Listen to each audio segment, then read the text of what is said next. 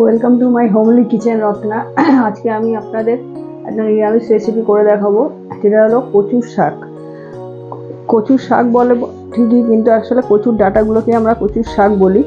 এই কচুর ডাঁটাগুলো বাজার থেকে এনে ভালো করে ছোটো ছোটো করে কেটে ভালো করে ধুয়ে এর মধ্যে অল্প একটু জল আর অল্প একটু লবণ দিয়ে এটা আমি আগে একটু ভাপিয়ে নেব। আর তার জন্য কী লাগবে আমি এটা ছোলা দিয়ে করব, ছোলা দিয়ে কচুর শাক। এটা ওই জন্য কিছুটা ছোলা আগের দিন রাতে ভিজিয়ে রেখেছিলাম, সেটা রেখেছি। বেশ কিছুটা কাঁচা লঙ্কা লাগবে, কারণ এটা একটু ঝাল ঝাল হবে। ফোড়নের জন্য 5 ফোড়ন, পরিমাণ মতো চিনি, পরিমাণ মতো লবণ আর অল্প একটু হলুদ রেখেছি। বিশেষ কিছুই মশলা দিতে হবে না। প্রথমে আমি গ্যাসটা অন করে নেব।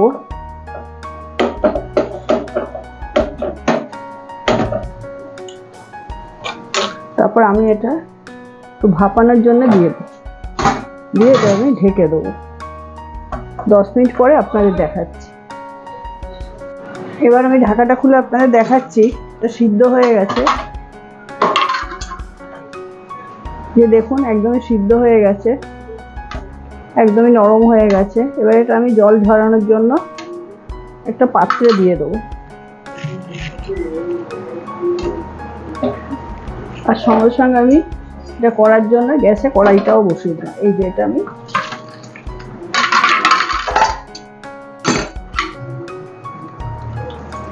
আমি জল ঝরানোর জন্য এটার মধ্যে আমি রাখলাম। আমি কড়াইটা বসিয়ে দিলাম।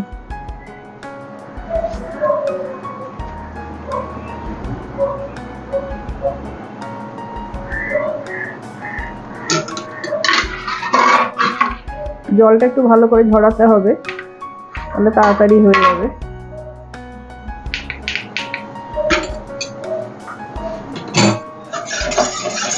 কড়াইটা গরম হয়ে গেলে এবার আমি এর মধ্যে সর্ষের তেল দিয়ে দেবো।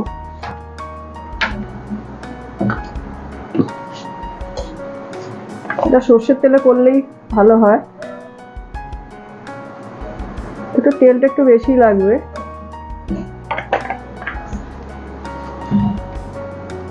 তেলটা একটু গরম হলে 5 ফোড়নটা একটু ভাজা ভাজা করে নেব।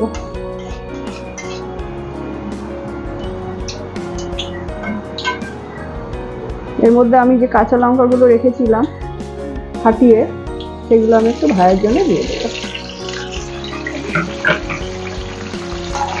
নাড়িয়ে নেব।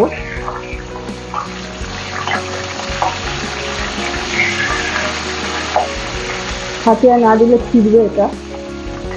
এবার আমি এই যে কচুর শাকটা জলটা ঝারিয়ে রেখেছিলাম, এবার এটা আমি দিয়ে দেবো।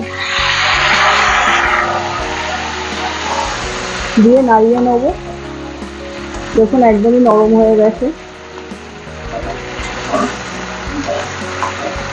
এবার এর মধ্যে আমি ছোলা রেখেছিলাম, ছোলাটা দিয়ে দেবো। এটা আপনার নারকেল দিয়েও করতে পারেন নিরামিষ, আর অনেকে তো মাছের মাথা দিয়ে, আমি ইলিশ মাছের মাথা দিয়েও খুবই ভালো হয়। এবার আমি এই হলুদটা দিয়ে দেবো, একটু নাড়িয়ে নেব।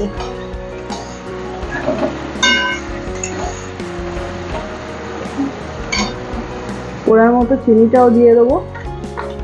চিনিটা একটু বেশিই দিতে হবে, একটু মিষ্টি মিষ্টি হবে। অল্প একটু লবণ দেবো, যেহেতু লবণ দিয়ে আমি সিদ্ধ করে রেখেছিলাম, বেশি লবণ দেওয়ার দরকার নেই।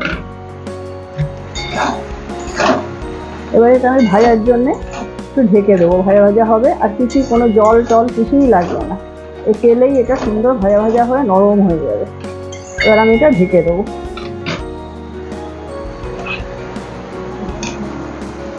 আরো 10-15 মিনিট পরে আপনাদের আমি আবার দেখাচ্ছি।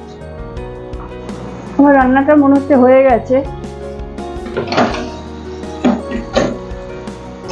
এই যে দেখুন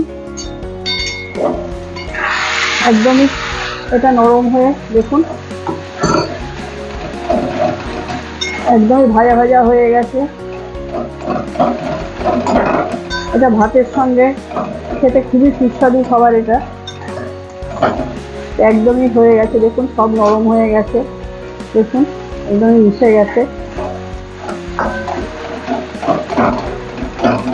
এটাকে খুঁজে দিয়ে একটু এরকম করে নিলে একদমই নরম হয়ে গেছে, আরও ভালো মিশে যাবে। একদমই মিশে গেছে। রান্নাটা কিন্তু আমার কমপ্লিট হয়ে গেছে, সময় বেশি লাগে না, আর কচুর শাক খুব তাড়াতাড়ি নরম হয়ে যায়।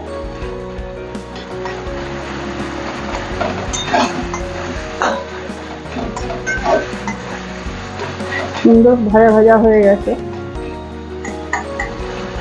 এটা একটু এরকম তেল তেলই থাকবে, এটা দিয়ে ভাত মেখে খেতে হবে। একটু কম তেল দিলে একদমই খেতে ভালো লাগবে না। এক আধ দিন একটু বেশি তেল খাওয়া যেতেই পারে, যেহেতু রোজ রোজ খাওয়া হচ্ছে না। কোনো অনুষ্ঠান বাড়িতেও এটা বাড়িতে করা যেতে পারে। এবার আমি গ্যাসটা বন্ধ করে দেবো। আমার রান্নাটা দেখুন কমপ্লিট হয়ে গেছে। গ্যাসটাই বন্ধ করে দিলাম। আমার এই কচুর শাক দিয়ে ছোলা মিশিয়ে যে রান্নাটা করলাম, আশা করি আপনাদের এটা দেখে ভালো লেগেছে। বাড়িতে এটা আপনারা অবশ্যই ট্রাই করবেন। করতে একদমই ঝামেলা নেই এবং খুব চটজলদি এটা হয়ে যায়। এটা নারকেল কোড়া দিয়েও করা যেতে পারে নিরামিষের, আর আগে তো বললামই যে মাছের মাথা দিয়েও অনেকে করে থাকেন। এটা করতে পারেন, সেটা তাতেও কোনো অসুবিধা নেই, সেটাও খুবই ভালো হয় খেতে। আমার যদি এই রান্নাটা আপনাদের ভালো লাগে তাহলে হোমলি কিচেন রত্না এই চ্যানেলটা আপনারা সাবস্ক্রাইব করবেন, লাইক করবেন, শেয়ার করবেন। ধন্যবাদ।